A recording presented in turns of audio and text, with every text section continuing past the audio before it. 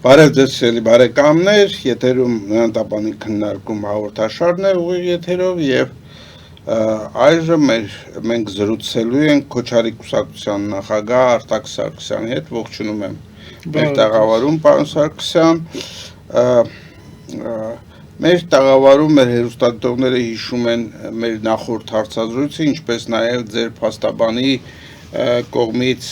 հետ մենք երկու անգամ հաղորդում ենք արել երբ ձեզ ուրեմն կալանավորել էին եւ փաստաբանը խոսում էր անարդարությունների եւ քաղաքական հետապնդումների մասին, ինչ զարգացում ստացավ այդ ամենը։ Պարոն նախ շնորհակալություն հրավերի համար եւ շնորհակալություն, որ իմ կալանքի ընթացքում հարթակ եք տրամադրել փաստաբանին, հավատացեք այսօր դա այդքան էլ հեշտ գործ չէ, կարող էր երկու կալանավոր հիմա ստեղ նստած լինենք, ուզում եմ ասեմ այսօրվա քաղաքական իրավիճակը, երկրում բռնաճնշումները այնպես են զարգանում, որ նույնիսկ փաստաբանները, լրագրողները ոչ թե այլակարծիքներ, այլ մարդիկ ով անում են իրենց գործը լուսաբանում են, հայտնվում են նույնպիսի իրավիճակում, ինչպես ընդդիմադիրը կամ այլ կարծիքները։ Ուրեմն ինչ եղավ Վճռաբեկի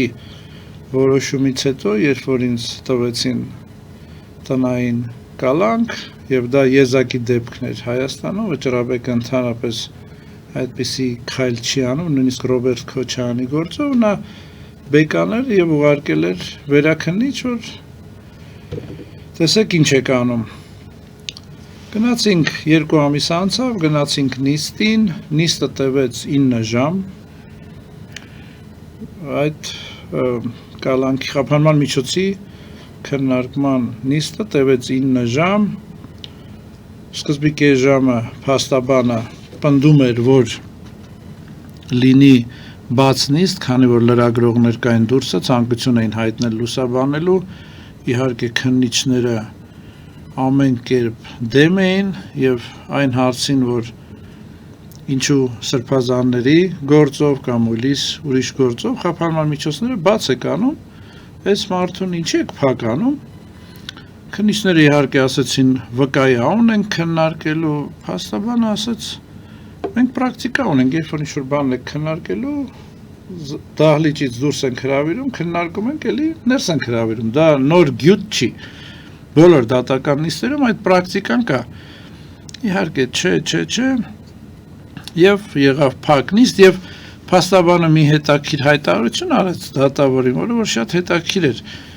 ասաց պարոն դատավոր, նույնիսկ Վճռաբեկի դատավորները չդիմացան այս ճնշումներին եւ տվեցին այսպիսի որոշում,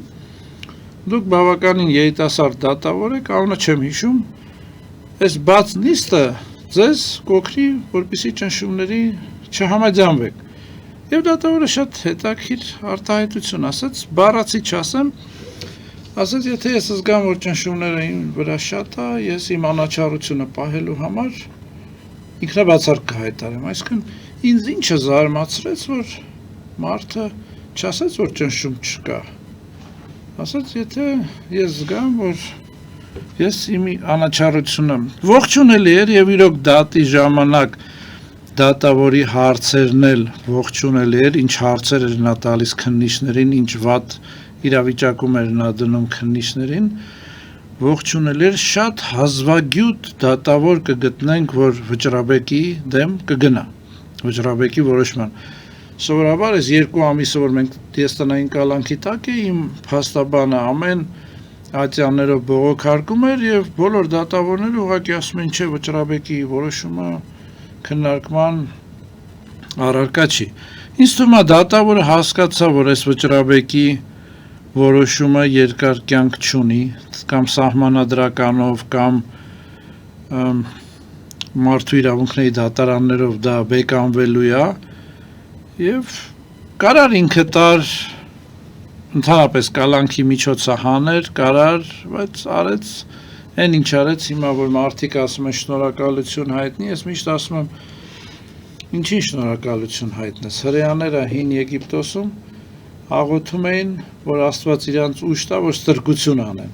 ոչ թե աղոթում էին, որ իրենց ազատություն տան, այլ մեզ ուժ տուր, որ կարողանանք աշխատենք։ Հիմա մենք էլ եթե սենց բաներին շնորհակալություն ենք ասում, որ մեզ կալանքից փոխել են մի ուրիշ կալանքի, այդ նույն հрьяաների պատմությունն է, Այսինքն դա ստորագրություն չի բացակայության, չբացակայելու ստորագրելություն չի, ապա ինչ է։ Ուրեմն վարչական հսկողություն կա ժամային սահմանափակում, գիշերվա 12-ից մինչև առավոտյան 8-ը։ Հիմա գոնե մի քիչ նորմալ է, սրա առաջին ժամային սահմանափակումը 19:00-ից մինչև գիշերվա 3-ն էր, որը որ բացատրվում էր նրանով, որ Հայաստանում երթերը, փողոցային պայքարի ձևերը սկսում են 6-ին 6:30-ից, այսինքն ես 19:00 եթե ուզում եմ մասնակցեմ ցույցերի, արդեն պիտի տունը լինեի, եւ երթերը վերջանում են 1-ին 1:30, գիշերվա 3-ին ամեն ինչ վերջացած էր, ես կարող էի դուրս գալ, Այսինքն ձեր մեղադրանքները քաղաքական էին եւ ձեզ սահմանափակում էին քաղաքական գործունեության համար։ Այո,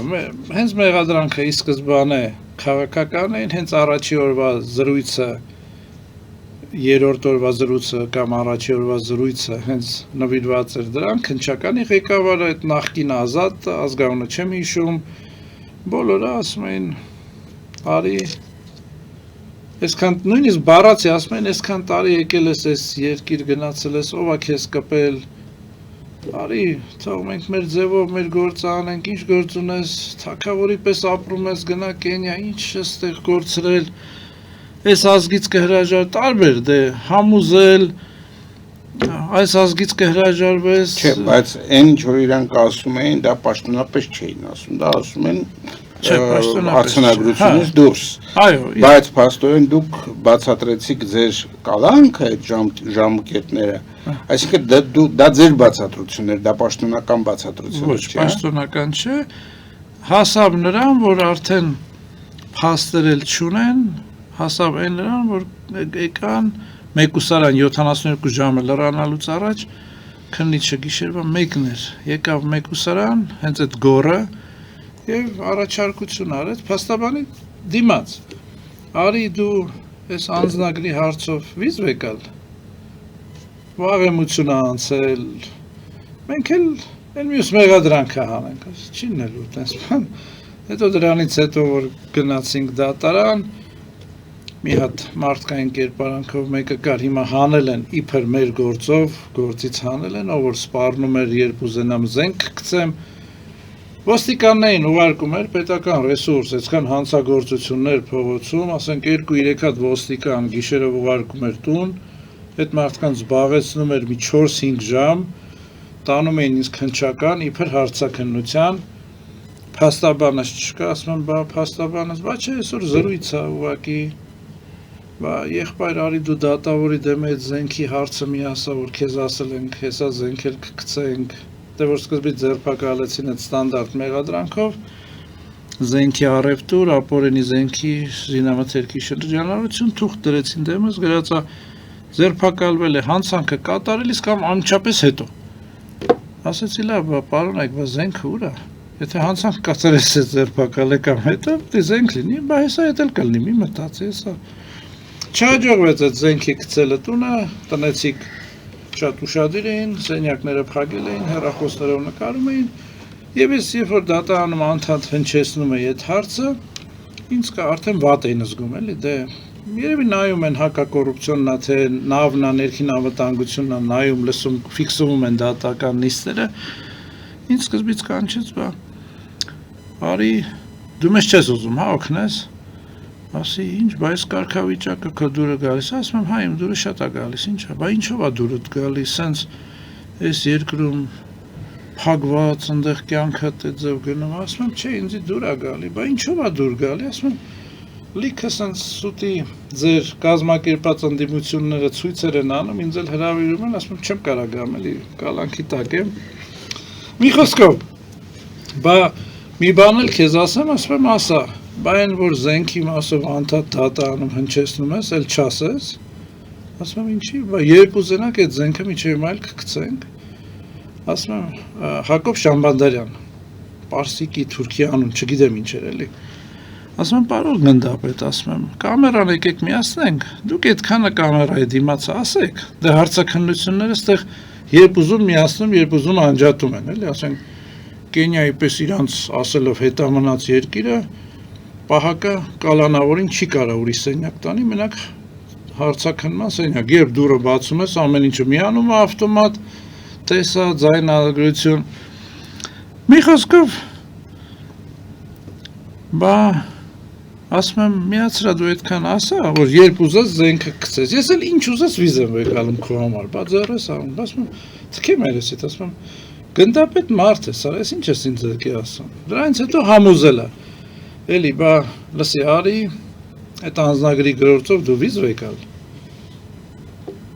ասում եմ, չես աման, շում արա, այդ աստիճան ես, ասեկան չէ ինձ քշերով, այսքան պետական ռեսուրս օգտագործում, հանցագործություններ, այս ոստիկաններին պահում դրան հետևը, ինձի համոզում ես, որ ես վիզ եկալ եմ մի բան, որ չեմ արել, ու ըստ դրա դու ինչ-որ ինձի քրեական սարքես, հասկանում եք, հարցը էնա, որ տեսեք մարդիկ ասում են, Նիկոլը, ես չեմ հավատում, որ Նիկոլը ամեն օր իմ համար զանգում է, ես 30 քանի տարվա մեջ համակարգան են սա էվոլյուցիայի ենթարկվել, որ իրանք ինքնապաշտպանության համար անելու են ամեն ինչ, մինչև հակառակի հրամանը չստանան, այսինքն ամեն օրինականություններն գնալու են, իրանց աթոռի, իրանց վերադասի պաշտպանության համար, հիմա եկավ այս դատական նիստը, քննիչը դե ամեն կես ժամ մեկ հետաքրքիր առաջին ընդմիջումն էր, երբ որ նեղ անգավ, ընդմիջումն եմ խնդրում, դատավորը գնաց, ընդմիջում տվեց, իմ փաստաբանին քննիչը հարցնում է, դատավորի անունն ինչ է, փաստաբանս կատակում, ասում է, նեղն ես ընկե, զանգում ես, որ զանգեն, ես ասեցի կողքից կատակեցի, ասեցի Մասիս Մելքոնյանն, հին դատավորի անունը, ես հեռախոսով Մասիս Մելքոնյանը ասում, ընդեղից ասում են, չէ, այ, չգիտեմ ինչ, Մասիսը չի, ուրիշը, ու ես ու փաստաբանս ծիծաղում ենք, այս մարդը շփոթվա, երևի մի 8 անգամ ընդմիջում պահանջեց, դուրս էր գալիս, զանգում էր, որ զանգեին,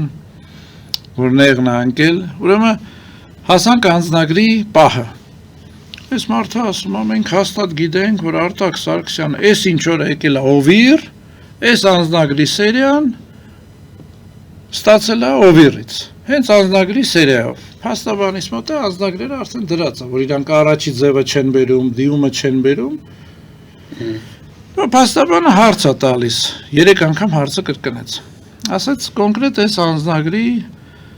տեքստով դուք ասում եք սեկտ համակարգում չկա, մենք օրը գիտենք երբ է երկիր մտել, այդ մարդը անձնագիրն էլ Օվիրից ստացել է, այո, Ալպորինի երկիր է մտել, չգիտենք ինչ փաստաթղթերով, չգիտենք ինչ սահմանով, երկրորդ անգամ ասաց դիմումը վերցրել եք, դիմումի պատճեն առաջի ձևը կամ արգրավել եք, կամ մատյանը, ոչ, բայց մենք գիտենք, երրորդ անգամ հարցեց, պարոն քննիչ, հենց այս անձնագրի մաս, այո, այդ ժամանակ անձնագիրը, պայուսակից հանած, այս պարոն դատավոր, էսի անձնագիրը, քանի որ իրանք չեն բերում այդ բոլոր ձևերը, անձնագրի մեջ Միացյալ Արաբական Էմիրությունների կնիքով անձնագիրն է, որ ստացել եմ դեսպանի ստորագրությամբ,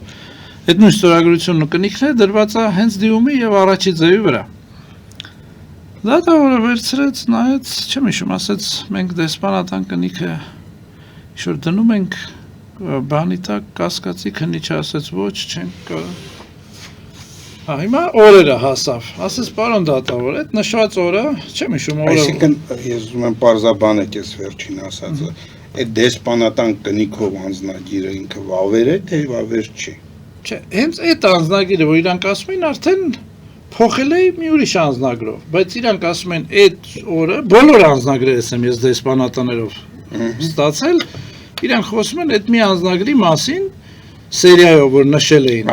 միջնորդության մեջ։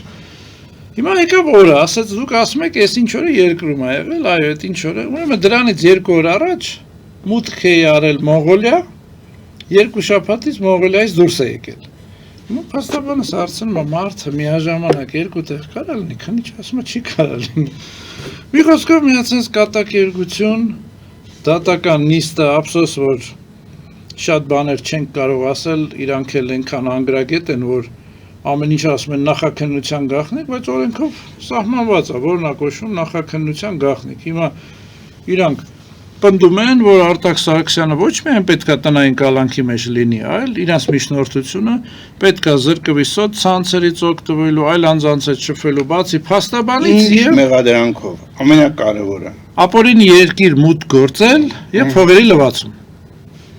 Ապօրինի երկիր մուտք գործելը կարծես հարկացանք է մասնագրի հետ կապված եւ հիմա փողերի լվացում։ Հիմա փողերի լվացումը էլի նույն 2004 թվականի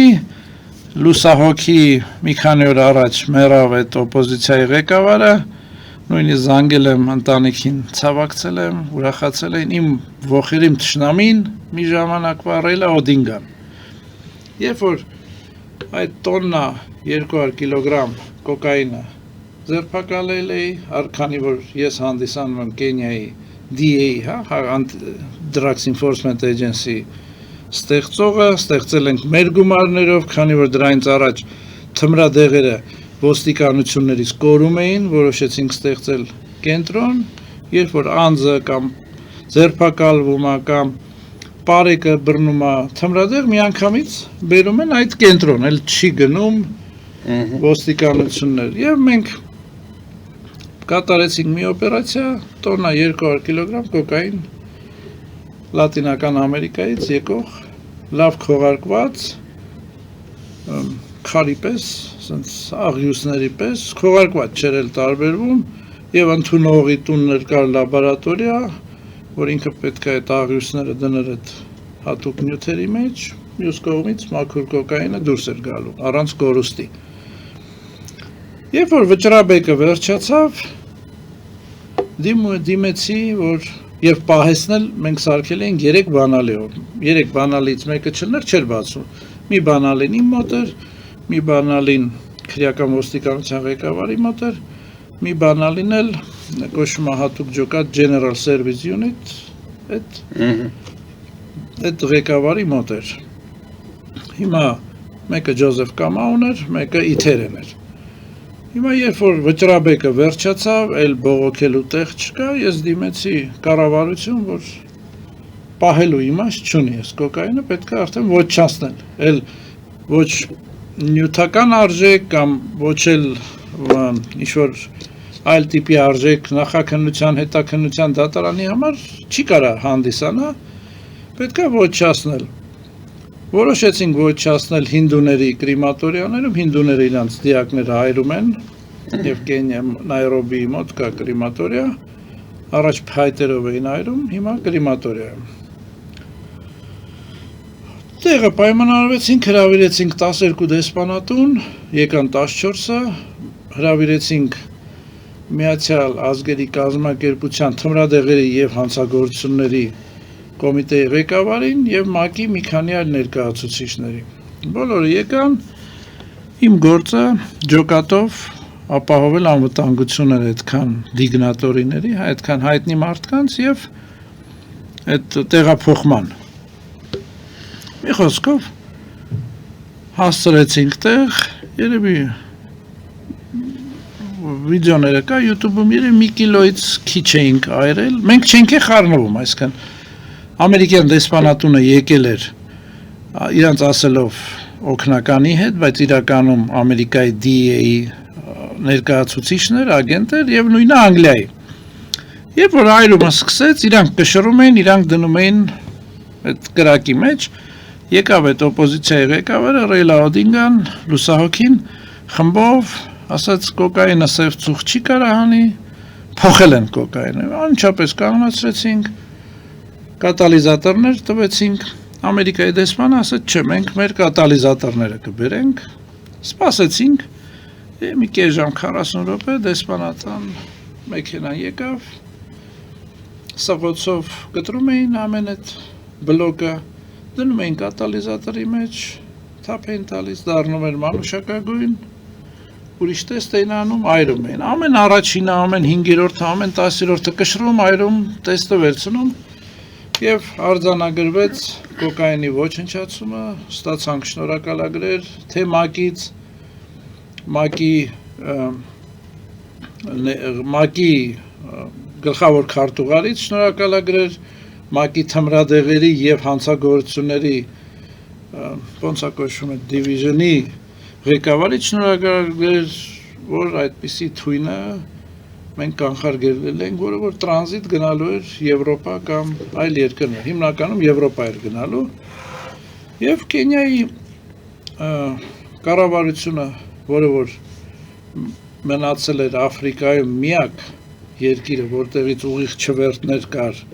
դեպի Եվրոպա եւ դա էլ փակման տակ էր։ Բոլոր համարյա աֆրիկական երկրներից ուղիղ չվերթները փակված է, հենց այդ թմրադեղերի եւ էմիգրանտների արտահոսքի պատճառով եւ Կենիան մնացել էր միակ պետությունը, դրա համար նարկոտիկը գալիս էր Կենիայից ուղիղ չվերթներով գնում էր դեպի Եվրոպա, իսկ մնացած երկրներից պետք է գնար Դուբայ, Աբու Դաբի, իսկ այնտեղ բռնում էին մարդկանց։ Պարոն Սարգսյան, լավ է, որ դուք դա պատմեցիք, այդ ամբողջ իրադարձությունները, որոնք տեղի ունեցել Քենիայում եւ այդ ամբողջը նաեւ պատմում է ձեր մասին որպես անհատի, բայց իմ հարցը ավելի շատ կապված է նրան, թե ինչ մեղադրանքույն ձեզ բերում հիմա գալիս է մտեղ, ուրեմն հայկական քննիչի մոտ ինչ մեղադրանք հիմա գալիս է մտեղ 2004 թվականին այրումից հետո հենց այդ օպոզիցիայի ղեկավարը գնում է մի թերթի խմբագրություն, որը որ պատկանում է նախկին նախագահին, ում որ ընտրություններով հաղթել էինք, Արաբ Մոին, էլի լուսահոգին, եւ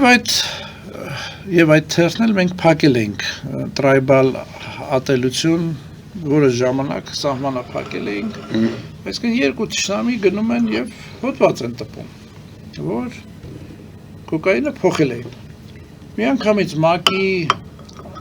անվտանգության խորհուրդը սկսում է թերթին մեղադրել, դեսպանատներն են հանդես գալիս հայտարարություններով, թերթը հեռուստաալիքը ասում է մենք ուղղակի հրավիրել էինք օպոզիցիայի ղեկավարին, նա կարծիք է հայտարարել, մենք մեղք չունեինք։ Մի խոսքով, սրանք վերցնում են 2004 թվականի թերթի, որը որ այսօր էլ համացանցում կա,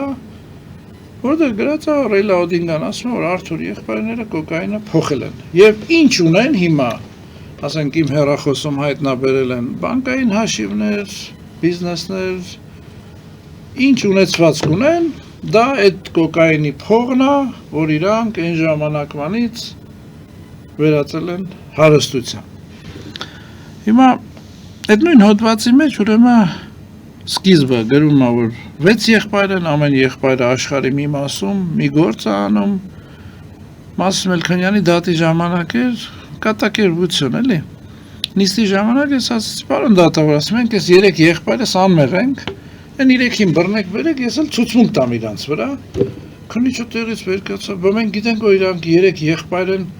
Դա օպոզիցիայի ղեկավարը սխալ ինֆորմացիա տալի, ասի ուրեմն այդ հոդվածի այն մասը, որ ձեզ ձեռ չի տալիս, որ ինքը սուտ է խոսում, թե մենք 6 եղբայր ենք, լավ է, բայց դրանից հենց անմիջապես հետո խոսում է կոկայինի, ձեզ ձեռ է տալի, ինձի դրանով բերել եք, ասենք բան եք։ Այսինքն ձեզ բերել են միայն այդ հոդվածի վրա։ Հիման վրա։ Իսկ ներողություն,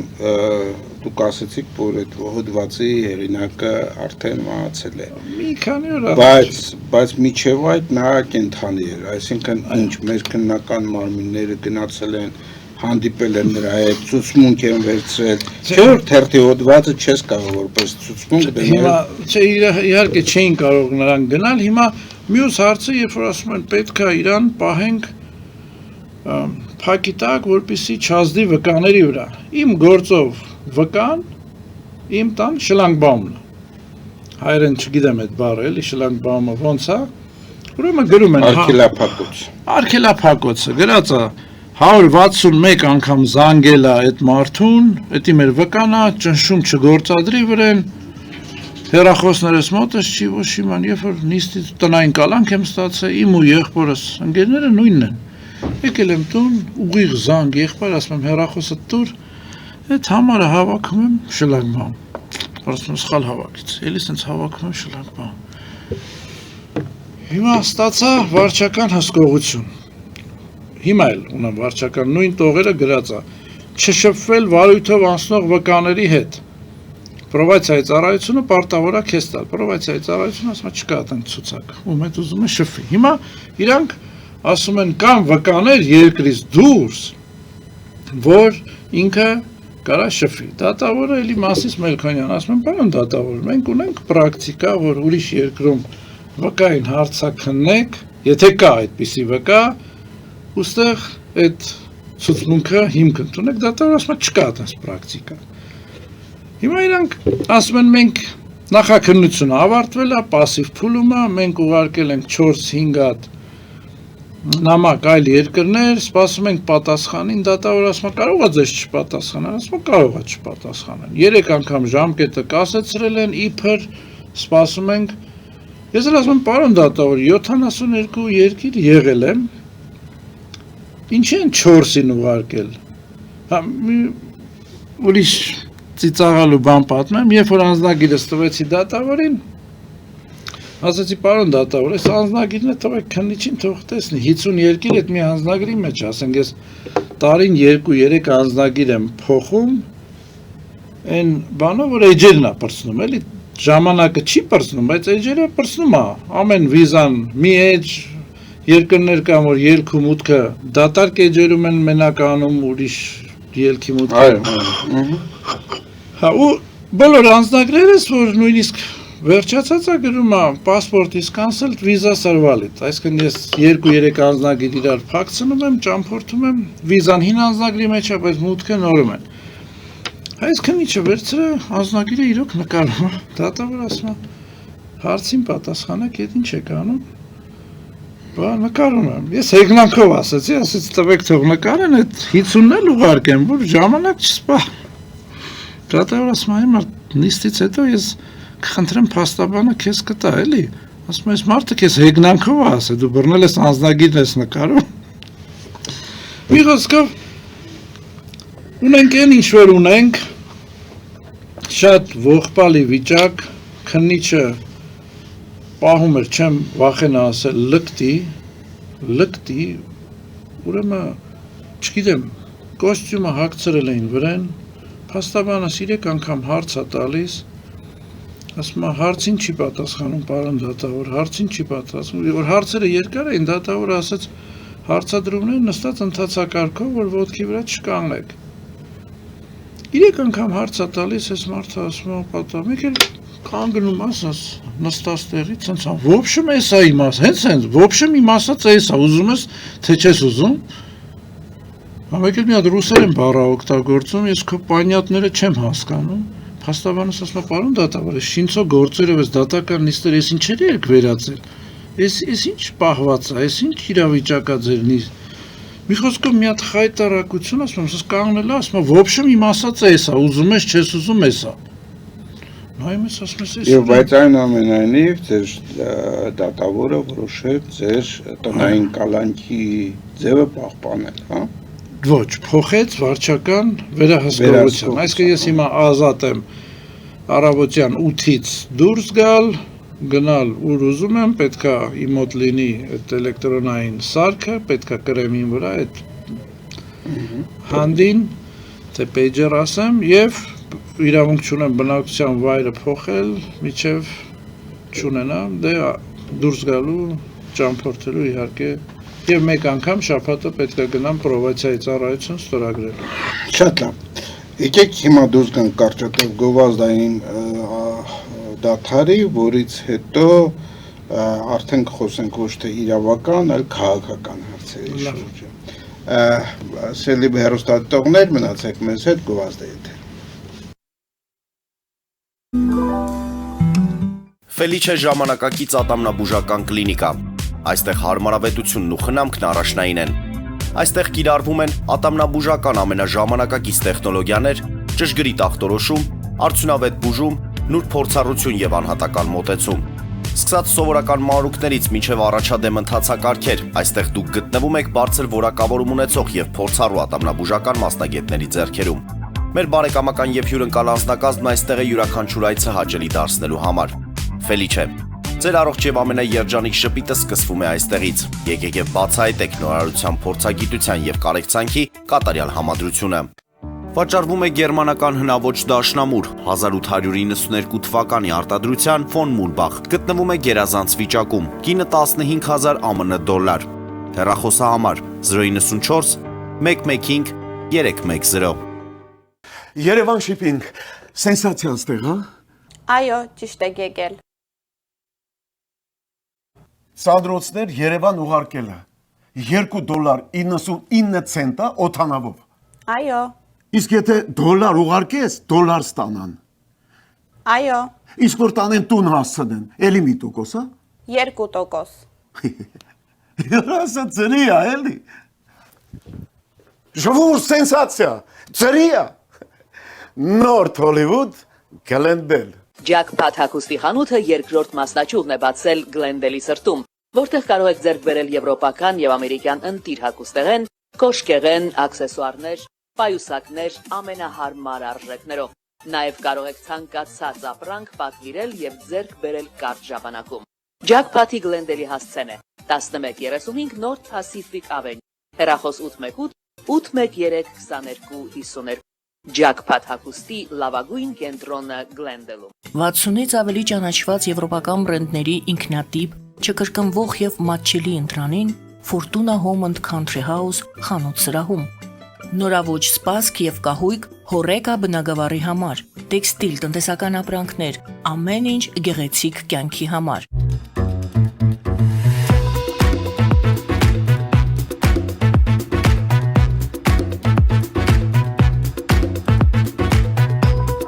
Արարատ ռեստորան, ընտանեկան եւ ընկերական ժամանցի լավագույն հասցե, սիրված արտիստներ, հյուրընկալ մթնոլորտ, հարուստ ճաշացան, անմահական խորտիկներ, Արարատ ռեստորան, հասցեն անփոփոխ, սիրով սպասում ենք ձեզ։ Լավագույն պաղպաղակ, բնական, համեղ եւ մատչելի գներով պաղպաղակը կարող եք ձեռք բերել բոլոր հայկական խանութներում։ Պահանջեք հայկական պաղպաղակ, Թամարա պաղպաղակ։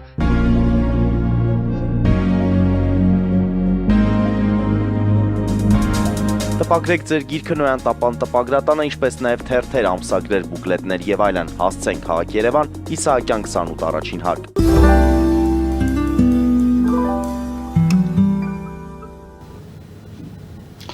Մենք շարունակում ենք մեր հաղորդումը, հիշեցնեմ, որ զրուցում ենք Արտակ Սարգսյանի հետ, Քոչարի կուսակցության նախագահ,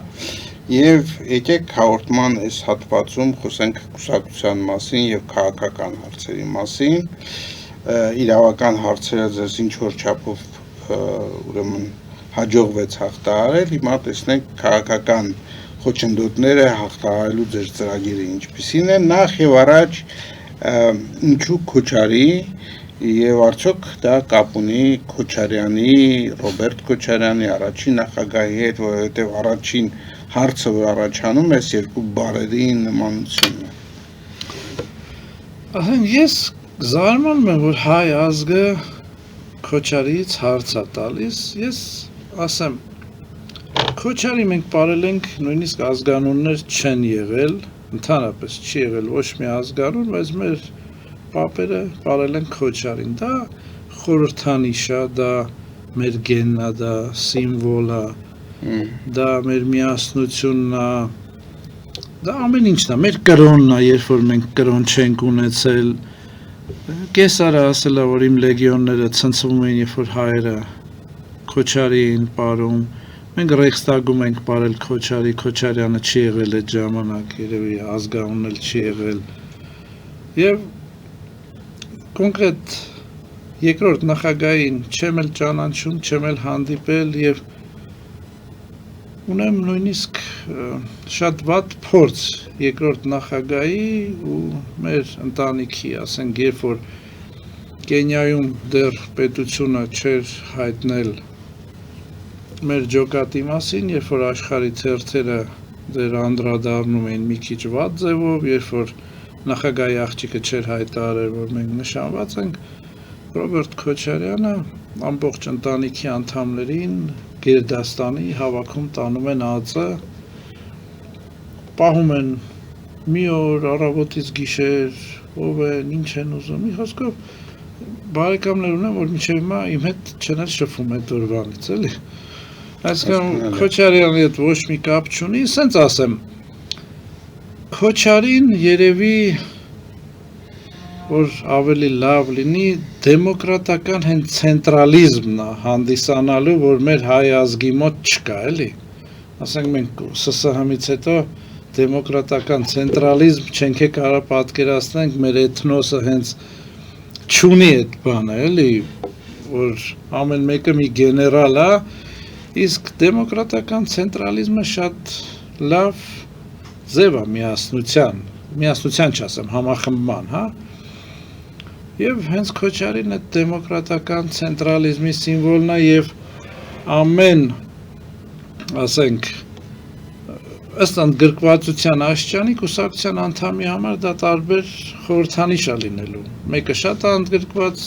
լինելու է պար, մյուսը ավելի շատ, մյուսը տարբեր խորհրդանիշ է լինելու։ Շատ լավ, եկեք դեմոկրատական ցենտրալիզմին մենք դեռ կանդրադառնանք այսօրվա զրույցում։ Հայաստանում կուսակցությունների թիվը շատ մեծ է, անտանելի մեծ այսպիսի փոքր երկրի համար և այդ կուսակցությունները ցավոք սրտի միշտ չէ, որ իրարից տարբերում են գաղափարախոսական ինչ-որ տարբերություններով, այլ տարբերվում են տարբեր իրենց լիդերների ամբիցիաներով, որ իրեն այս կամ այն մարդը համարում է, որ ինքը կարող է իրեն շուրջը հավաքել մնացածներին։ Ինչի է ստեղծվել Քոչարի կուսակցությունը եւ որ եթե այսպես պայմանականորեն հիմա բաժանենք Հայաստանի ուրեմն կուսակցությունները, կարելի է շատ պայմանականորեն անվանել նրանցից մի մասը կուսակցությունների այլ երկրների հանձնարարականները ուղղակի կատարող են, մի մասը տեսնում են իրենց ապագան, ասենք, Ռուսաստանի հետ դաշինքով, մի մասը տեսնում են իրենց ապագան Եվրոմիության միանալու մեջ, մի մասը իրենց դասում է ազգային կուսակցությունների շարքին, որտեղ է Քոչարի կուսակցությունը։ Ես ցավում եմ, որ կուսակցությունները ընտրում են ինչ-որ մեդություն, որը որ բացի հայամեդությունից այն կողմ է դրված։ Ռուսամեդություն, կրեմլյամեդություն, եվրոմեդություն, բայց հայամեդություն, ես իրոք ցավում եմ, որ կուսակցությունները նույնիսկ հայտարարում են այդպիսի արտահայտություններ են անում։ Կուսակցությունները շատ են, բայց ես ձեզ ասեմ, որ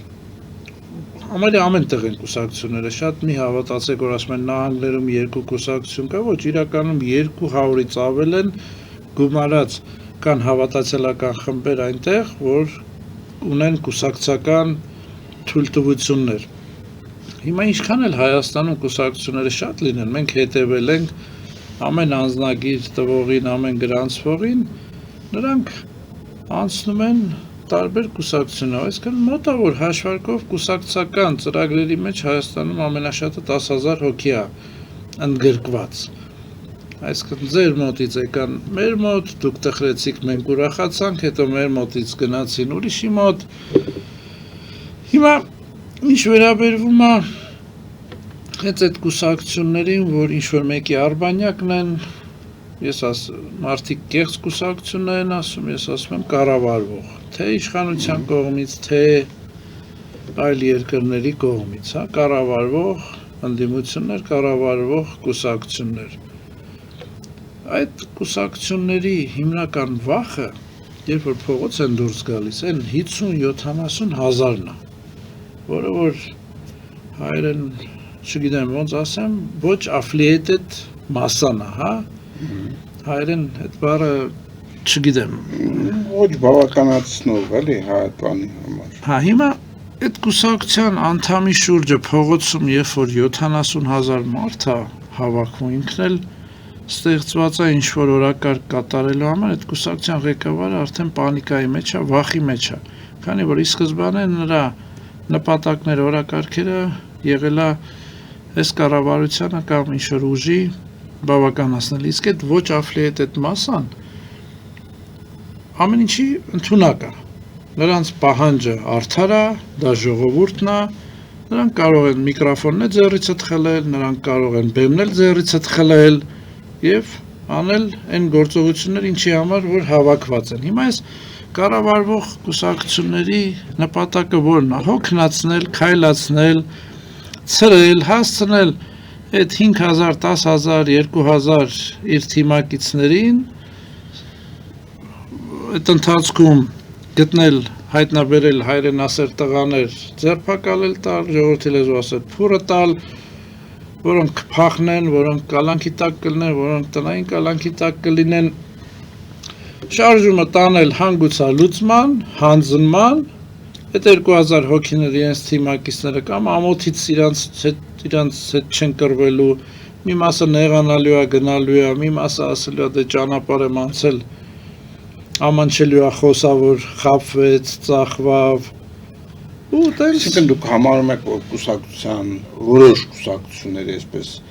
նպատակը ժողովրդական այդ ընդվզման, այդ երման աստիճանը իջեցնելն է, գոլոշին բաց թողելը։ 100%։ Ես չեմ մտածում, ես դա գիտեմ։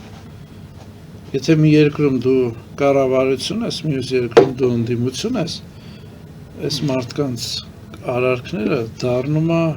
շատ կանխատեսելի ու տեսանելի, էլի։ Այսինքն չկա Հայաստանում կուսակցություն, որը իսկապես ուզում է հասնել իշխանության եւ ինչ որ վերափոխումներ անել, տեսլական ունեցել։ Մենք իշխանության չենք ձգտում, մենք ծառայության ենք ձգտում, ես գտնում եմ, որ հենց ի սկզբանե պետք է հարցը ժողովուրդը ճիշտ դնի, կուսակցությունները կամ այդ պետական աշխատողները դրանք ծառայողներ են եւ այդ իշխանություն բառը պետք է ամբողջովին հելնի ժողովրդի բառապաշարից միջև եւ թե մի ժամանակ Հայաստանը կգնա միապետության կլինեն իշխաններ, նոր ասեք իշխանություն, այսինքն իշխանություն բառը ժողովուրդը ընդհանրապես չթողի այդ բառը։ Ինչպես եք դուք անվանում։ Ծառայություն։ Ծառայություն դժվար է անվանել օրինակ ներկա կամ նախկին իշխանություններին ծառայողներ։ Տեսեք, երբ որ դուք հարցը իմ հետ եղել է դեպքեր, երբ որ ինչ-որ հարցով մտել եմ պետական հիմնարկ, ոստիկանը կամ աշխատողը ասել է, խոչընդոտում եք իմ աշխատանքը, ես նրան կարգի եմ բերել, ասել եմ հարգելիս, եկեք մի հատ հասկանանք, ես աշխատում եմ, դուք ծառայում եք։ Մի հատ տեղից սկսենք ու մարդիկ իրոք կարգի են գալի, երբ որ հասկանում են, որ դու ես աշխատավարձը տալի, որ ինքը այդտեղ գտնվում է, քո հարկերն են, քո տուրքերն են։ Մի խոսքով կա արդյոք Հայաստանում կուսակցություն, որը որ իրոք մեր պես ցանկանում է, ես կասեմ կան կուսակցություններ, որոնք մեր հետ բանակցում են, որպեսզի մեր ծրագրերը, մեր գաղափարները տեսել են, որպեսզի այս կամ այն կողմով միավորվեն, ես էլի եմ ասում, միավորումներին դեմ եմ, մենք չենք կարող միավորել այս ժողովրդին, եթե մեկի տղեն այնտեղ խրամատներում ցեխի ջրի մեջ է, մյուսի տղեն նիվեն նստած, ռաբիզ երաժշտությունում, քաղաքում էսցերի ծենծերը քշում է կամ գիշերային կլուբներում ժողովրդի լեզվով ասած կայֆավատալն, բայց մենք կարանք համախմբենք, ուրեմն ժողովուրդը սրա տարբերությունն է պետք է, միավորում այդ նշանակում որ ամեն ինչով քո հետ համաձայն եմ ու քո կողքին եմ, իսկ համախմբումը քո հետ կան հարցեր, որ համաձայն չեմ, բայց ընդունենք ընդհանուր խնդիր, որ այդ խնդրի շուրջ մենք քո հետ համախմբվում ենք։ Հիմա կան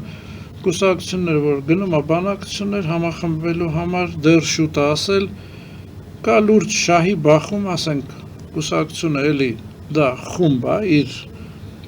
պետռեգիստրով, որը որ ձգտում է իշխանության, հա, ինքը տենց է ձևավորվում։ Այսինքն եթե այս խումբն է ձգտում իշխանության, իմ կուսակցությունն է ձգտում իշխանության, լուրջ շահերի բախում կա, ու դա հենց դրա համար էլ արված է այս խորտ անգլոսաքսոնական կառավարման ձևը, որը որ մեր համար խորտ է եւ մենք ազատվելու ենք դրանից։ Հենց ստեղծված է թե կուսակցություն, թե աղանդ ազգերը բաժանելու նպատակով։ Հիմա ինչ վերաբերում է ձեր ասած այդ բառերն է չեմ սիրում ասել նախկին ներկա էլի դա պարակտման բառեր է մանիպուլացված, կա նրանց մեջ արդյոք ինչ-որ ուժեր, որ ցանկանում են, տեսեք,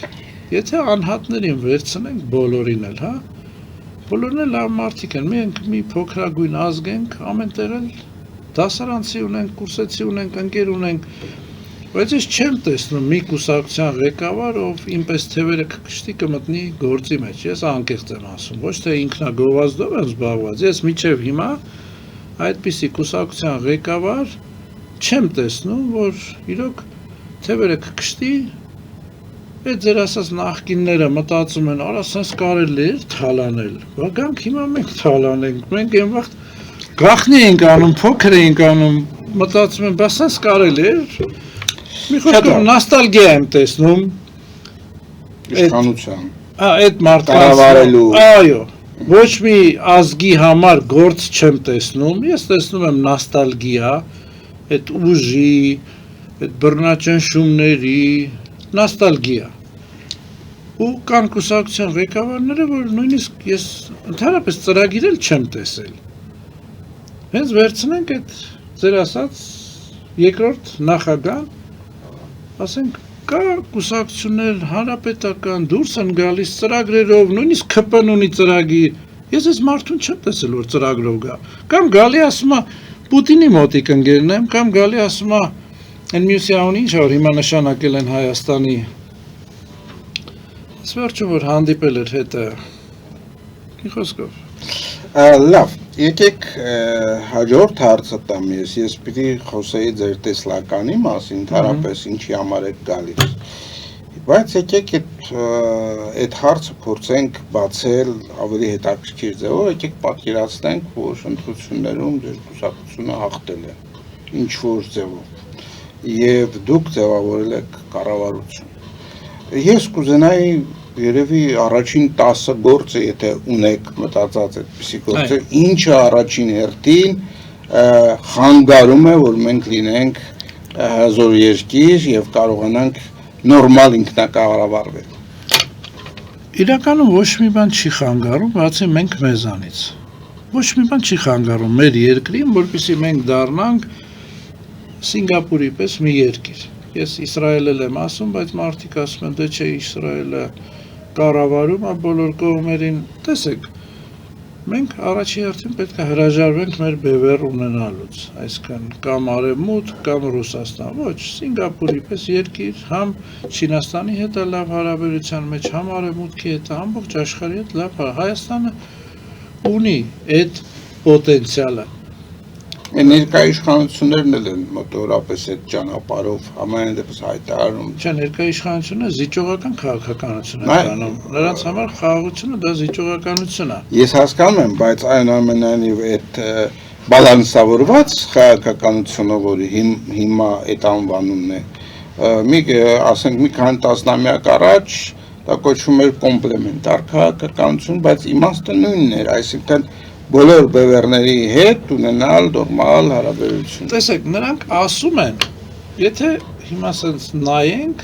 նրանց ասածները, ես արտաքին քաղաքականությանը մի հատ բան կդնեի, հա, որ ճիշտ են անում, փորձում են, բայց ասելն ու անելը Իսրայելը իրանական պատերազմից առաջ, այս փոքր պատերազմից առաջարկներ եղավ, ստեղծեք հարթակ։ Հայաստանը կարա այդ հարթակը լինի, ոչ Իսրայելն է ուզում պատերազմ, ոչ Պարսկաստանն է ուզում, սկսեք ժողովրդական այդ բանակցություններից, համայնքներով, հայ համայնքը ընդեղից, հայ համայնքը չեք կարա հիմա պետությունները բերեք բանակցությունները, սկսեք գաղտնի բանակցությունները Հայաստանում, տրամադրեք այդ, սարքեք Հայաստանը այդ հարթակը, Հայաստանը կարա այդ կամուրջը լինի, մանավանդ, որ երկու կողմերն էլ շահագրգռված չեն իրարը տենց խփելուն։ Եվ դա շարունակվելու է, մենք կարանք հաշվենք քառօրյա պատերազմ, այդ որ ինչ որ եղավ, Հայաստանն էլ դրա շահագրգռվածն է, փախստականներ, ռեգիոնի, այսինքն ասելն ու անելը դա տարբեր է, եթե դու ասում ես ու չես անում, դա ինչ որ պոպուլիստական PR գործողությունները արդեն այդտեղ ամեն ինչը վերջանում է։ Եթե դու ասում ես, կան ասենք առաջարկներ, դուք դուրս եք գալիս շատ բաներ Քոչարի կուսակցության ասածներից կրկնում եք, բայց արեք, մենք դեմ չենք, մենք մեր ծրագիրը նույնիսկ տվել ենք, ասել ենք, որ ժողովուրդը հասկանա, մենք աթոռի կռիվ չենք անում, մենք տվել ենք, ասել ենք, ԿՊ իշխանություն վերցրեք կամ Իսկ կա հրապարակված ձեր կայքում։ Այո, կայք դեռ չունենք, մեր տելեգրամյան ալիքներում ուղարկել ենք կառավարություն, ասել ենք կամ դուրս եկեք ասեք ինչն է սխալ, կամ արեք։ Մենք աթոռի չենք ձգտում, արեք, ժողովրդի համար արեք։ Նրանք դուրս են գալիս պոպուլիստական թեզերով, կրկնում են ինչ-որ բաներ են ասում, մեր ասածը հակադրում են, բայց քայլ չեն անում։ Շատ լավ, վերադառնանք այդ ձևաչափին, ուրեմն հաղթել եք ընտրությունները եւ փոխում եք ինչ-որ բաներ։ Ուրեմն առաջինը ինչպես ժողովրդի մի մասի հիմա կասի դա առաջնահերթություն է, մեր ժողովրդին մենք խոստում ենք տվել Հայաստանը լինելու է առանց գույքահարկ, առաջի որոշումը լինելու է Հայաստանում առանց գույքահարկ եւ անվճար քաղաքային տրանսպորտ։ Երկրորդ որոշումները, այսինքն եթե դուք ասում եք 10, տարածքային ամբողջականության վերականգնում։ Եկեք մեկ-մեկ քննարկենք այդ գույքահարկը եւ տրանսպորտը։ Կան նախադեպեր այլ երկրներում։ Իհարկե, ես ապրում եմ այդ երկրներում, մեր Վրաստանը նայենք առանց գույքահարկի երկիրը, ես ապրում եմ արաբական երկրներում, հա մեր գլխամասային գրասենյակը արաբական այդ 6 երկիրը որ կա GCC, Gulf Corporation Countries, Դուբայ, Արաբական Էմիրություններ, Օման, Կատար, Բահրեն, որը չասեցի, մի րոպե, Սաուդյան Արաբիա, որը չասեցի, Սաուդյան Արաբիա, Միացյալ Արաբական Էմիրություններ, Օման, Կատար, Բահրեն, Քուվեյթ։ Բոլորը նավթային Ոչ, բոլորը նավթային չեն, վերցնենք Դուբայը նավթ չունի, Աբու Դաբին նավթ ունի, Շարժան նավթը 15 տարի առաջ է վաճառել, Դուբայը նավթի հաշվին ոտքի չի կանգնել, Բահրենում գազ նոր են գտել, այսինքն ոչ, այդ երկրների քաղաքականությունը լրիվ ուրիշ ձև է եւ նրանք նավթից հրաժարվում են, Միացյալ ազգերի կազմակերպությունից հրահանգ են ստացել, որ նավթային էկոնոմիկայից մինչև 30 թիվը հրաժարվեն, քանի որ աշխարհը նավթը սկսելու օգտագործել միայն որպես հումք։ Այսինքն դրա համար տեսնում ենք էլեկտրոմեքենաների, այդ երկրները նավթային քաղաքականությունից վաղուց հրաժարվել են եւ Սաուդյան Արաբիան Պարոն Բին Սալմանի այս քաղաքականությունը նա ընդհանրապես նավթը որպես կարելի ասել սկսել են օգտագործել հում։ Շատ լավ, գույքահարկի, փաստորեն գույքահարկից հրաժարում, սա կարող է ձեր շատ հեռուստադիտողների, մեր հասարակության շատ անդամների ոգևորել, որովհետև վերջերս այդ ոմանց համար գույքահարկը 100 անգամ աճել է։ Եվ մարդիկ, ասենք, եթե չեն կարողանում պահել իրենց պապենական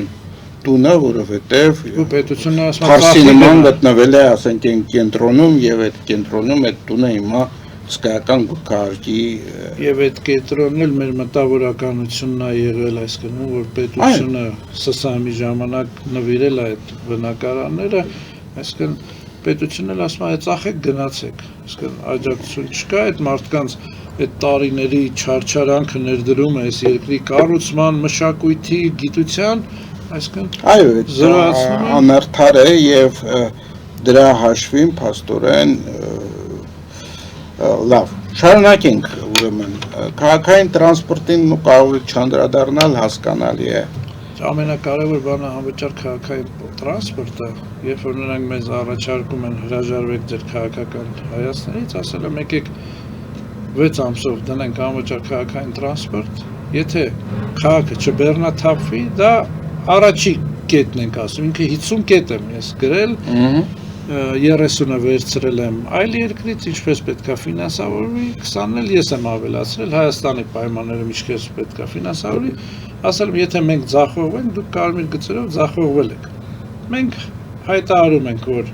մենք ձախողվել ենք եւ քաղաքական պայքարից դուրս եմ գալիս։ Պետք է համաձայնում են, չէ՞, իրանք են ասում, դուրս եկեք։ Իմիջիալոց այսպեսի մի հարց առաջացավ անմիջապես, այստեղ միջանկյալ հարց, խնդրում սա չհաշվեք այդ 10-ի մեջ, այդ ձախողումների մասին քաղաքական։ Հայաստանում կամ աշխարհում չգիտեմ, կա այդպիսի, այսինքն Հայաստանում հաստատ չկա, աշխարհում չգիտեմ կա թե չկա, Բայց դուք չեք կարծում, որ ձախողված քաղաքական կուսակցությունները, որոնք որ ծրագրում մի բան են հայտարարել, հետո արել են բոլորովին այլ բան, իրենք պետք է ինչ-որ սանկցիայի ենթարկվեն հենց քաղաքական իմաստով, ասենք օրինակ չմասնակցեն հաջորդ ընտրություններին, չթույլատրվի օրենքով կամ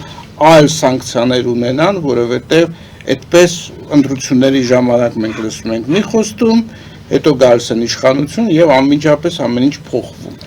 Տեսեք, մեր հիմա հետ գնանք, մեր ամենակարևոր ծրագիրը, որը որ մենք գրել ենք, այսինքն մի բանով մենք իրոք համաձայն ենք Փաշինյանի հետ, որ բոլոր մեր սահմանադրությունները կեղծվել են։ Ես այդ հարցազրույցը հիշում եմ ազատությունը մեր նա տալիս, այսինքն այս սահմանադրության իշխանությունը պատկանում է ժողովրդին։ Իրականում այդ լծակները չկա։ Եվ մենք վարժ տեսնում ենք 5 տարի, 7 տարի այս մարդիկ հող են տալիս, ինչ ասես անում են, այսինքն մենք բերել ենք մի վարչապետ, թուղթ ու գրիչը տվել ենք, ասում ենք մեր իրավունքները գրի։ Ինքն է գրում է։ Ոչ թե ինքը իր ասել ենք, մեր իրավունքը գրի, ու մենք չունենք այդ լծակը։ Եթե ես բիզնեսի մեջ կարևոր պատասխանատու աշխատող եմ վերցնում, 3 ամիս, 1 ամիս, 6 ամիս փորձնական ժամկետ եմ տալիս այդ մարդուն։ Հիմա մենք ստեղծել ենք մի համակարգ, ընդերքը ժողովրդինն է, այս իշխանությունը ժողովրդին է, բայց իրականում լծակները չունենք։ Նույնիսկ եթե մի հատ լավ դատախազուհի գտնվի, որ ուզենա այս մարդուն կալանավորի, նա պետք է գնա թույլատրություն վերցնի, ասենք թեկուզ պատգամավորին, թեկուզ բայց օրենքով վարչապետին կալանավորելու համար իրան թույլատրություն պետք չի, ասենք։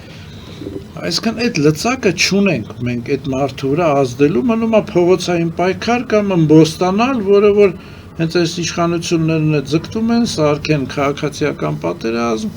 սարքեն մի այդպիսի քաոսային վիճակ, այսինքն ժողովրդին թողում են, իրանց մտածելով ժողովրդին թողում են, մենակ այդ լծակները փողոցային պայքար եւ ըմբոստանալ, նույնիսկ զենքի ըմբոստանալ, նրանք ստիպում են ժողովրդին գնալ դրան, իսկ կոնվենցիայի մեջ հստակ նշված է, երկրի ղեկավարները պետք է երկիրը այնպես ղեկավարեն, որ ժողովրդի միակ պայքարի ձևը չմնա ըմբոստանալը, այսինքն նույնիսկ ըմբոստանալը դա կոնվենցիայում ես չեմ ընդունում այդ ձևը, մանավանդ Հայաստանի համար, բայց ես օգնել եմ տարբեր երկրների, իրենց Աֆրիկայում, Հարավային Սուդանին եմ օգնել, որպեսզի այդ մարդիկ իրենց կյանքը այդպիսով կարողանան ապրել, ոչ թե կյանք, այլ կարողանան ապրել, չմեռնել, չզոհվել։ Այո, կոնվենցիայում հստակ նշված է, որ այս իշխանությունը ամեն ինչ անում է, որ ժողովուրդը չունենա այլ պայքարի միջոց, միայն քաղաքացիական ամեն մանիպուլյացիան տանում է դրան, ինչ վերաբերում է սանկցիաներ, եթե մենք ունենայինք ընդդիմություն, հիմա այստեղ ամենակարևոր հարցը, առողջ հասարակություն, առողջ իշխանություն, եթե դու չունես ընդդիմություն, ինչ սանկցիայից ենք մենք խոսում։ Երբ որ մենք ապրում ենք հիմա, ես խոսում եմ օրենքի սանկցիայի մասին, այսինքն քաղաքացին կարող է դատի տալ որևէ կուսակցության եւ դրանով իսկ զրկել նրան մասնակցել հաջորդ ընտրություններին, որովհետեւ նա չի կատարել իր ծրագրում նշված կետերը։ Այս գաղափարի մասին է խոսքը։ Տեսեք, երբ որ ժողովրդի, ես կասեի 50%-ը մեր երկրում ապա քաղաքականացված են։ Ես ժողովրդից ներողություն կխնդրեմ, բայց կասեմ դրանք վախկոտներն են։ Երբ որ այսօրվա դրությամբ, երբ հայրենիքը կանգնած է ասենց լուրջ վիճակում, հա, լուծարման, Արցախի պես, սա այն ժամանակը չի, որ մեր պապերը պատմել են կոտորածի մասին եւ մեր երեխաները մոռացել են, ոչ մեր աշկի դիմաց Արցախը 2 շաբաթում իրանք ապրում էին, իրանք վայելում են, 2 շաբաթում չկա այդ Արցախը, այսինքն այն չի որ մեր տատերը ասել են, իրանք հետ չեն լսել։ Եվ որ այդ մարդիկ ասում են ես քաղաքականության մեջ չկամ, ես քաղաքականությունից գաղափար չունեմ, այսինքն այդ մարդիկ ուզում են որ իրենց երեխայի, իրենց հողի, իրենց հայրենիքի հարցը ինչ-որ մեկը լուծի, իրանք էլ են ուշացած գնացքի վրա թռնողներն են։ Երբ որ լավ կլինի, կգանք կողքդ կկանգնենք, ես դրանց վախկոտներ եմ համարում, ես գտնում եմ, որ այս ազգը ամբողջովին պետք է քաղաքականացված լինի, այսինքն պահանջատեր լինի, հենց ձեր ասած եթե եկել է մարդ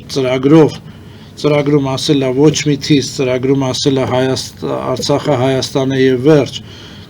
ծրագրում ասել է աղքատությունն են ամեն կողմով ծրագիրն ասել է եւ տանում այլ քաղաքականություն, հենց պետք է ժողովուրդը այդ լծակ ունենա, որը որ մենք առաջարկում ենք, պետք չի սպասել 5 տարի, եթե ձեր ասածի պես մենք հաղթեցինք, մենք բանաձև ենք տալի 2-3 ամիս, 6 ամիս չարեցինք մեր ասածը, ժողովուրդը հնարավորություն ունի մեզ գործից ազատելու։ Իրանք մենեջերներ են այնտեղ դրած եւ հռչակագիրը հստակորեն նշում է, որ պետք է կատարեն ժողովրդի իղձերը, պատգամները, այսինքն մենք այդ ծրագիրը տալիս ենք, ժողովուրդ ջան, եթե մենք կապ չունի, մի շաբաթից կորոշեք, եթե մենք մեր ծրագիրը չենք արել, հիմնավորում եք, որ մենք մեր ծրագիրը չենք արել, վերջ։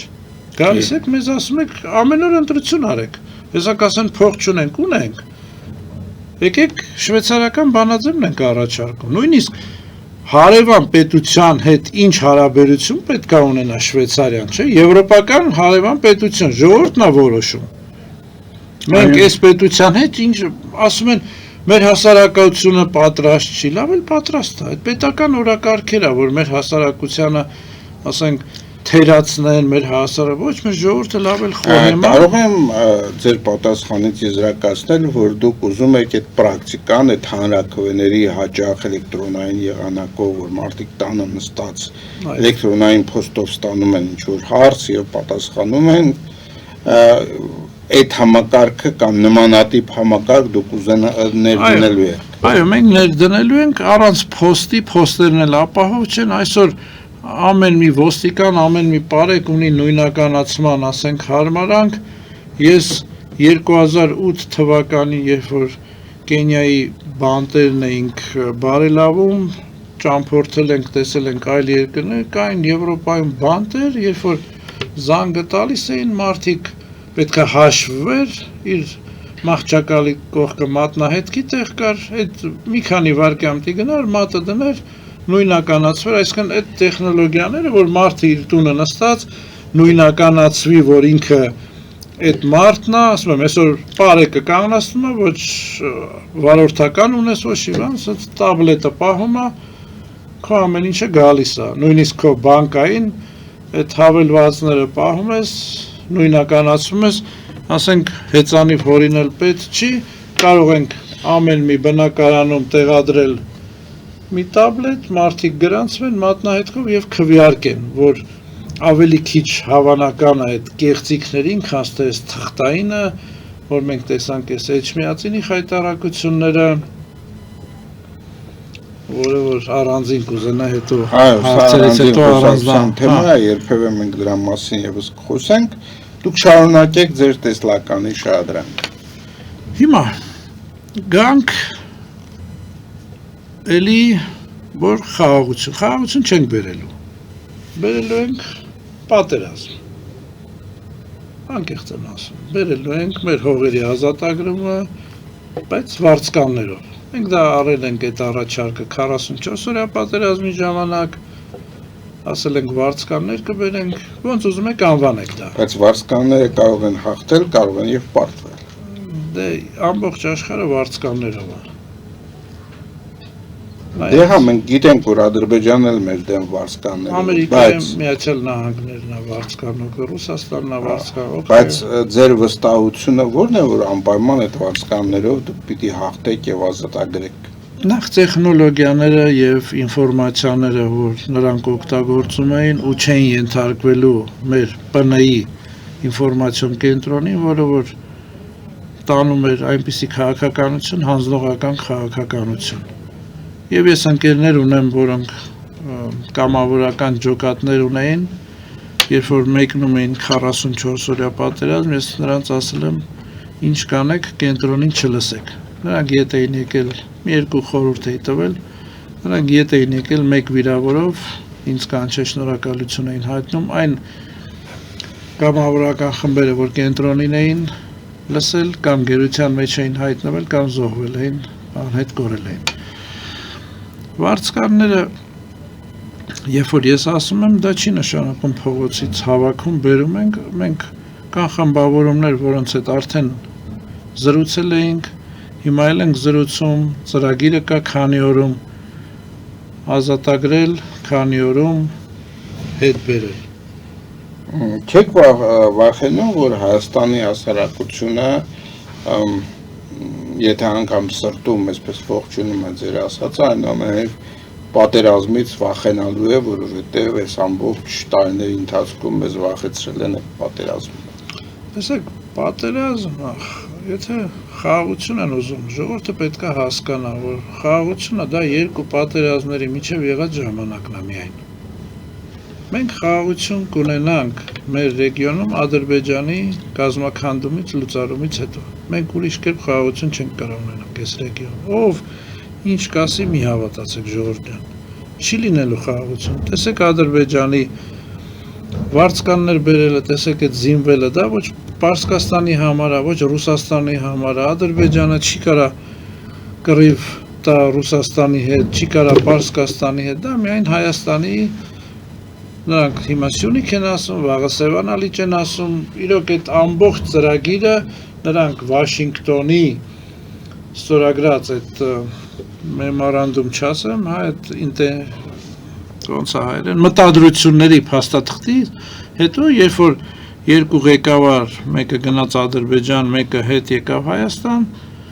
Ադրբեջանի լրատվամիջոցները ամեն ինչ գրում էին, որ Սևանի ափը տվել են, միջանցքը տվել են, ամեն ինչում հաղթել ենք։ Այս մեր ղեկավարը եկել էր ասում էր, խաղաղություն ենք ձեռք բերել, պատերազմ չի լինելու։ Մեր ժողովուրդը պետք է լավ հասկանա, էլի եմ կրկնում, խաղաղությունը դա երկու պատերազմների միջև ընկած ժամանակաշրջանն է միայն։ Այսինքն պետք է պատրաստվել, զինվել, քաղաքացիական պաշտպանություն, ամեն ինչ։ Անպայման, մենք նույնիսկ հարևան պետության, էլի եմ ասում, պատերազմին պատրաստ չենք։ Մենք փախստականների, ասենք, հոսքի տակ սննկանալու ենք։ Եթե այդ ՄԱԿ-ը, ասի մենք պարսկական փախստականներին չենք օգնում, մենք պարենային անվտանգություն չունենք։ Այս որ հայտարարում են 4 միլիարդի զենք են գնել, 800 միլիոնի զենք են, հավատացեք, ես զենքերի գներն էլ գիտեմ, ասենք, ծավալն էլ գիտեմ, ինչ ծավալ պետք է լինի, ունենալով այսքան քիչ զորամասեր, այդքան զենքով մեր զինվորները դոշակի փոխարեն պետք է արկերի կամ տեխնիկայի վրա քնեին։ Հիմա էլ նախագիծ կա, որ 26 թվականից բանակում ծառայելու ժամկետն է կչանում։ Այդ նշանակում է զինվորականների թիվը, որոնք որ այդ պահին պաշտպանելու են, կչանալու է առեալ։ Դուք դրա մասին ինչ կասեք։ Ես կասեմ, որ մենք այսօր հենց հարց ունենք պոստերում տղաներին, դիրքերում տղաներին փոխելու, հա։ Ես կասեմ, որ գնում է էլի զիջողական, հանձնողական քաղաքականություն։ Շատ լավ, շարունակենք, քաղաքական հարցերի շուրջն էլ կշարունակենք, հիմա մենք խոսում ենք Քոշարի կուսակցության և ձեր անձնական տեսլականների մասին, թե ինչ է առաջարկելու Քոչարի կուսակցությունը մեր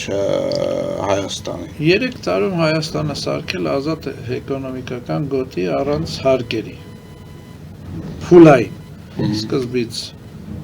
այդ մաքսային հարկերի հանում և 3 տարում սարքել ամբողջական ազատ էկոնոմիկական գոտի առանց հարկերի, ամբողջությամբ, երկիրը պետք է լինի առանց հարկերի։ Դրա համար երկիրը պետք է ամենա բավականաչափ ֆինանսական ռեսուրս, որպեսզի իրեն թույլ տա այդպիսի,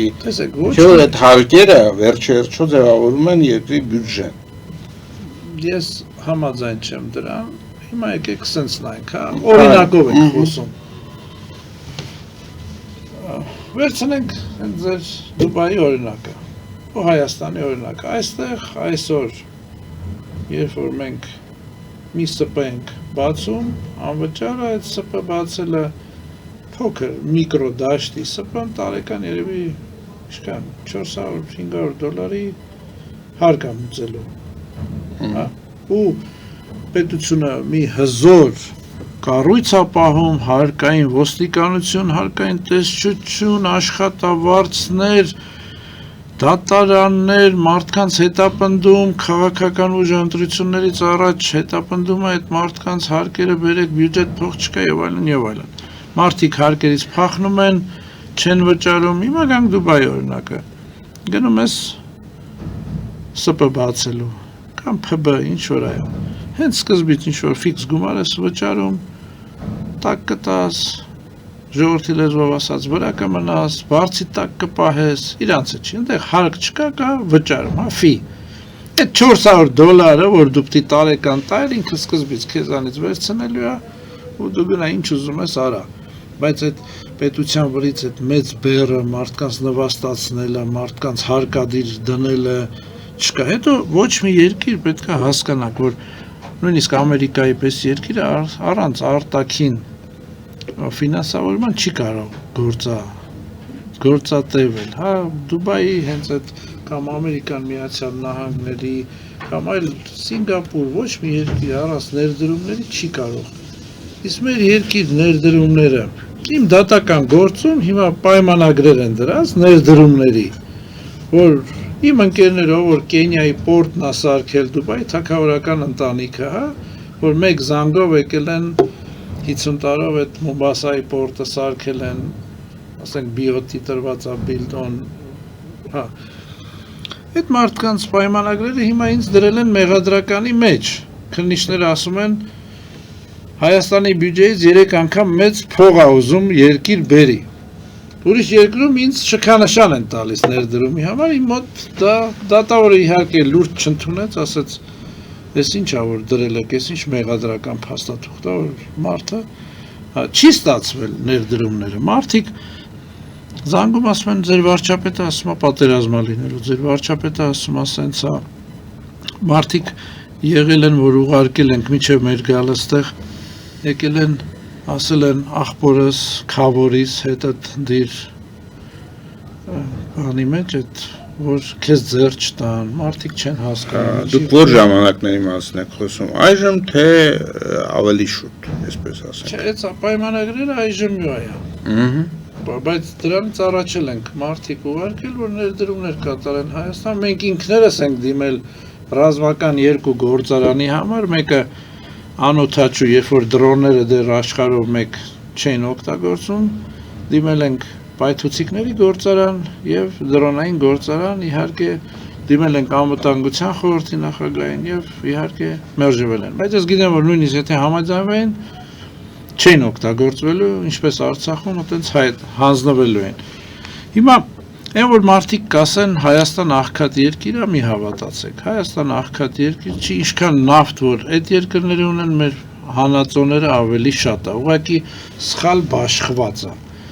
Իսկ սահմանադրությամբ այդ հանածոները ընդերքը էլի ումն է, ժողովրդինն է։ Այսինքն այդ նույնիսկ ջուրը այսօր, չէ՞, խմելու ջուրը ավելի թանկ է, քան թե նավթը։ Ու մենք տարեկան 600 միլիարդ խորանարդ, հա, մետր ջուր անվճար տալիս ենք Նախիջևանին եւ Թուրքիային։ Հասկանում եք, այդ ինչ հանցագործություն ենք մենք կատարում։ Ինքը այսօր նավթից թանկ ռեսուրս է, ու մենք ասում ենք աղքատ երկիր ենք, այս աղքատ երկրում այսքան միլիարդ հատեր որտեղից է գալիս։ Մի խոսքով այդ հեքիաթները, որ եթե հարկեր չտանք, կսննկանանք, չէ, եթե հարկեր չտանք, ասենք հարկային ղեկավարը շոկոլադի գործարան չի կարա առնի Շվեյցարիայում, եթե Իսկ ինչպես պիտի ձևավորվի երկրի բյուջեն, ասենք ռազմական ծախսերը, կամ մնացածը։ Ասեցի։ Այսինքն դա պետական ձեռնարկությունների միջոցով, ասենք ջրի վերամշակման գործարաններ, ես չգիտեմ, Բաշխում, բացի դրանից դրսի ներդրումները եւ բացի դրանից ես ասացի, այն որ հարկ է կոչվում, իրականում ուրիշ երկրում կոչվում է ֆի։ Չես պահում այդ հզոր կառույցը, որը իրականում պետական լծակ է, աշխարհու լծակ է ընտրությունների շահելու, ընտրությունները հաղթելու համար, հա, այդ քանի հազար աշխատող պահես իրանց ընտանիքներով, որ հույս ունենաս, որ իրանք քեզ ընտրելու են, հա, պետական լծակ պետք է ամեն կերպ այդ լծակներից հրաժարվել։ Դե Հայաստանում բազմաթիվ այդպիսի բաներ կան, որոնք որ թվում է թե, ասենք օրինակ, այլ նպատակների են ծառայում ամեն դեպս այդպես հայտարարվում է, բայց իրականում վերջնական նպատակը այդ ընտրությունների Դե հիմա տեսեք, դրա համար մենք հիմա փաթեթ ենք պատրաստում, այդ փաթեթի մեջ մտնում է վերցրած ուրիշ երկրների փորձերը, զինվորականները, ԱԱԾ-ի աշխատողները, դատախազ, դատավոր, մարզպետ, այդ մարզպետ եւ տարածքային նախարար, այդ էլ վերջերս իմ դասախոսի հետ զրուցելուց հետո ավելացնում են, որ նրանք ընտրություններին չմասնակցեն։ Կան եւ դա ոչ թե ինչ-որ սահմանադրական իրավունքների խախտում, այլ կան երկրներ, որ ակտիվ զինվորականները կամ ծառայողները չպետք է մասնակցեն, մենք հիմա փաթեթը պատրաստում ենք, կատարելու ենք ստորագրահավաք, եթե չընդունվի 50,000-անոցը, հետո 200,000-անոց եւ ստիպենք, որ գնանք հանրաքվեի։ Այս իջմիածի վաղաշաբաթի ընտրությանը մենք տեսանք, տարածքային նախարարը, մարզպետը ինչ գործ ունեին այնտեղ, հիմա որ ասում եմ ընդդիմություն չունենք, այս մասը, խոյ համայնքը միավորում են վաղաշաբաթին։ Փարաքարը ինձի չեք միավորել։ Եթե փարաքարի համայնքը իրանք միավոր էին վաղաշաբաթին, ինքը արմավիրի այդ նույն մարզն է, չէ՞։ Ինքը մտնում է վաղաշաբաթի մեջ։ Այսինքն ընդդիմությունը հաղթելու էր 70%-ով այնտեղ հաղթած էր։ Եթե իրանք ոչ թե միացնեն, որ ընդդիմադիրը դուրս եկավ, բողոքեց, թե ինչ եք խոյ համայնքը, եկեք փարաքարը միացնենք։ Այսինքն ում օրակարգն էին կատարում, ով ասաց եկեք փարաքարը միացնենք։ Այնք ընդհանրապես այդ խոշորացումը համայնքների որոշվելու ժամանների կարծիքով դա քաղաքական նպատակների համար է, որպեսզի կարողանան հենց այդպես ձեր ասած ձևով, ուրեմն այնպես բաշխել, որ կարողանան Այսինքն շահերի բախում է, դու միացնում ես տարածքային նախարարդ ընտրություններին է գալիս ես, դու միացնում ես, որպեսզի այս համայնքում գիտես, ասենք ԿՊ-ն բան ունի, հա, աջակցություն ունի, եկեք խոյին միացնենք, հələ թվերը նայեք։ Ընտրողների թիվ ու բնակչության թիվ, լրիվ տարբերում է, ընտրողների թիվն ու բնակչության թիվը հավասար են գրում։ Բայց ոնց եղավ, որ բոլորը ընտրող են, երեխան, այսինքն հենց որ ասում եմ ընդդիմություն չկա։ Ընդդիմությունը ինչ չեր առարկում այդ խոյ համայնքի, իրանք չեն անում սոցհարցումներ, այդ ոնց է Քոչարի կուսակցությունը հələ չստեղծված սոցհարցումներ անում, շփվում է, գիտի որ համայնքը փարաքարը միացնեիք, վաղաշաբաթում հաղթելու էիք։ 70%-ով մարդը հաղթել էր լուսահոգին։ Բա միացնեիք փարաքարը, տեսեք ոնց էիք եթե դուք ուզում էիք վաղաշաբաթում հաղթեիք։ Բայց չարեցին։ Այստեղ հարց է, արդյոք ընդդիմություն են դրանք։ Հա, բայց այդ քաղաքական նպատակահարմարությունները, որ այդպես միավորում արեցին, մինչև հիմա էլ համայնքներից կամ բազմաթիվ դժգոհություններ, որովհետև դա բերում է մի հատ բազմաթիվ նեգատիվ երևույթների, այնտեղ դպրոց չկա, այնտեղ բան չկա, այնտեղ այս համակարգը նորություն չի, սա ՍՍՀՄ-ի համակարգն է։ Սա կարող է աշխատել նույն ռայկոմներն է, իրանք ոչ մի նորություն չեն ընդունում, բայց այս համակարգը կարող է աշխատել միայն մեկ կուսակցական երկրում, Չինաստանում, ՍՍՀՄ-ում, այսինքն մեր համար մարզպետական ինստիտուտները ընդհանրապես պետք է փակել։ Դա դարձավ իբր ըստ օրենքի մարզպետը դա կապող օղակն է թիմերի եւ կառավարության հետ, բայց իրականում մարզպետը դարել է լծակ թիմ, եթե մի թիմ առաջնորդը, ասենք, իշխանամետ չի, նրանց վրա ազդելու, նրանց ֆինանսներին զրկելու,